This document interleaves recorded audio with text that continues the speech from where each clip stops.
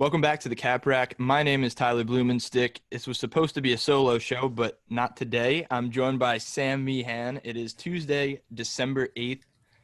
We built a college basketball model over the past month, and it's doing pretty well. It's hitting above 60% right now. Today we have four college basketball model plays for you. All power conference teams, actually all games including a Big Ten team. That's the Big Ten ACC challenge. Yeah. All those fun matchups. It's a good time of year.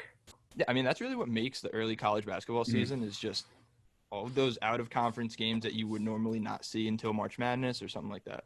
Yeah, they try to get the best product out there possible, as early as possible. So Yeah, kudos to them. exactly. I mean, especially this year. I mean, these games are going to be a lot bigger considering the bigger possibility in 2020 and 2021 of games getting canceled because of whatever reason. So Yeah, should be good. I mean, teams are going to play hard. That's what I like about college basketball is guys are incentivized to play hard every single day, unlike the NBA where you can have like a rest day because college basketball, you lose a game that you shouldn't lose or you don't win a game by like a point that you really do need to get into the tournament. Like it really does mess with you. So let's dive right into this. Miami is hosting Purdue. The spread is Miami minus 1.5. The total set at 140. So initially, our model projects 4 points over the total. Projects a 76-67 Miami win. That gives Miami a 9 or projected line of Miami minus 9, giving us a 7.5 point edge when you factor in the spread there. So, Sam, what do you think about this first game?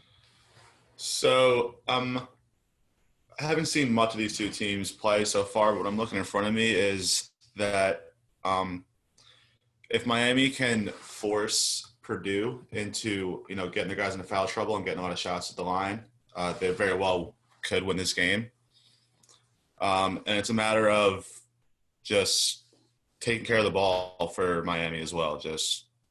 And don't let Purdue destroy you on the offensive glass, and they should do what they're able to do and win the game. Yeah, absolutely. I mean, Miami is the 138th most experienced team, so they're in the top third in terms of experience. And, I mean, guys that have college playing experience, while Purdue is 276, so they're in that bottom third.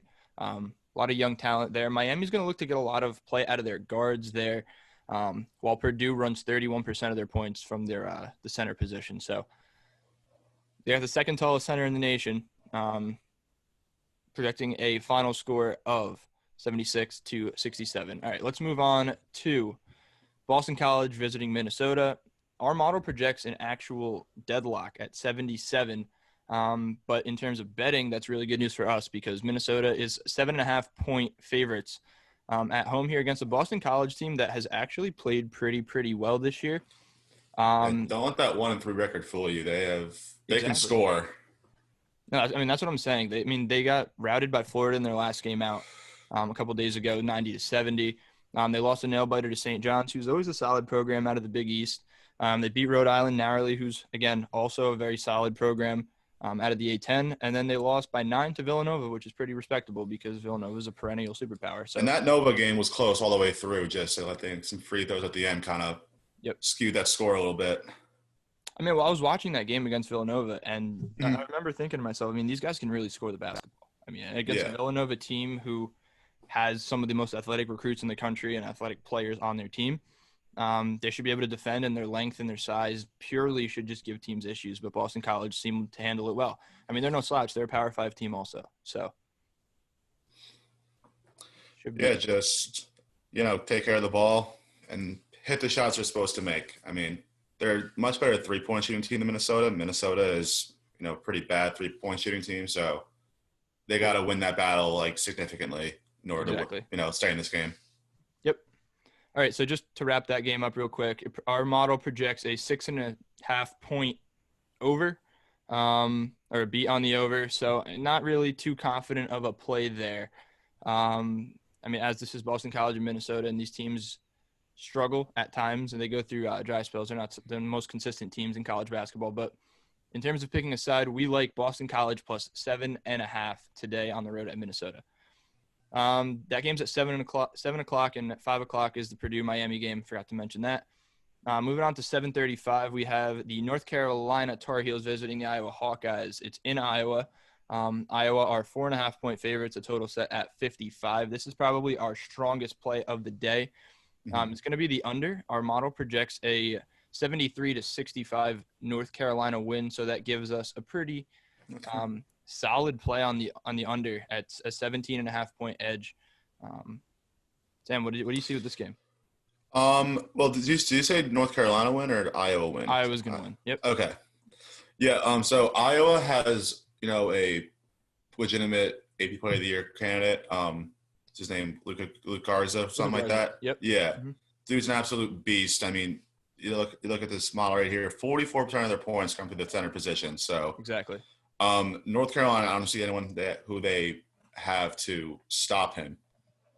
I mean, it might be Garrison Brooks. It could be one of their new younger big guys. But we saw the other day, like Luka Garza put up, I think it was 31 points in the first half. The first half. This guy's what is he, a senior? He's a junior or senior. He's a junior or senior, so he's got experience and he kind of knows how to bully around these younger guys. Yep. And Iowa, they're third ranked team in the country, and I mean after Baylor and Gonzaga, it's kind of a toss up who's that next best team, and Iowa make a statement tonight like, hey, we're up there too. Absolutely. I mean, we're projecting a 8-point Iowa spread here. The total is only 4.5. So, I mean, we're not going to – it's only a 3.5-point edge. So, based on, the plays that we've run through our model so far, this isn't really a strong play. But I personally think Iowa should handle this game pretty easily. North Carolina has just been way too spotty for me. Yeah, North Carolina, they're just not a good shooting team. No. I mean, they shoot 27% from three, 65% from the line. Like, that's not going to win you big games and, on the road, especially. Totally. No, I agree. Final game of the day. It's a 9:30 start at Cameron Indoor. It's Illinois versus Duke. It's probably going to be the best game of the day. The spread is Duke minus 3.5. The total set at 146. We have a projected line of Illinois minus a half with a final score projection of 75 to 74.7. It's projecting the over to hit by 3 1/3 points. But the play that we're going to advocate for on this one is Illinois plus 3.5. We got a 4-point edge here. I really like this Illinois team, and Duke just really hasn't impressed me this year. Illinois can shoot the lights out. I mean, they shoot 45% from the 3-point line. As a full team, that's unbelievable. Duke is solid defending the three, only allowing 28%. But, if they can kind of get on transition and push the tempo against Duke, then it's not even just a cover. Like, it's going to be an Illinois win. I love this Illinois team. I think, they should win the Big Ten, which is probably the best conference in America. And then they'll see what they can do from there. Yeah, I mean, it's going to be interesting. We saw in their last game against Baylor, the model actually spit out taking Illinois plus 4.5 against Baylor. They did not end up covering, but they were in that game. They had leads for, I think, 37 minutes of that game, and then Baylor. Yeah, that just got away from them late. Yeah, literally like the last 4 or 5 minutes of the game, 3 minutes, like right down to the wire. Yeah, I woke up a little surprised they didn't cover Yeah, I know. I mean, hopefully we get a better Baylor's a better team than Duke, so you got. Yeah, I think. Yeah, Baylor and Gonzaga are the two definite top 2 teams in the country. Yep. And then we'll see where it goes from there. Absolutely.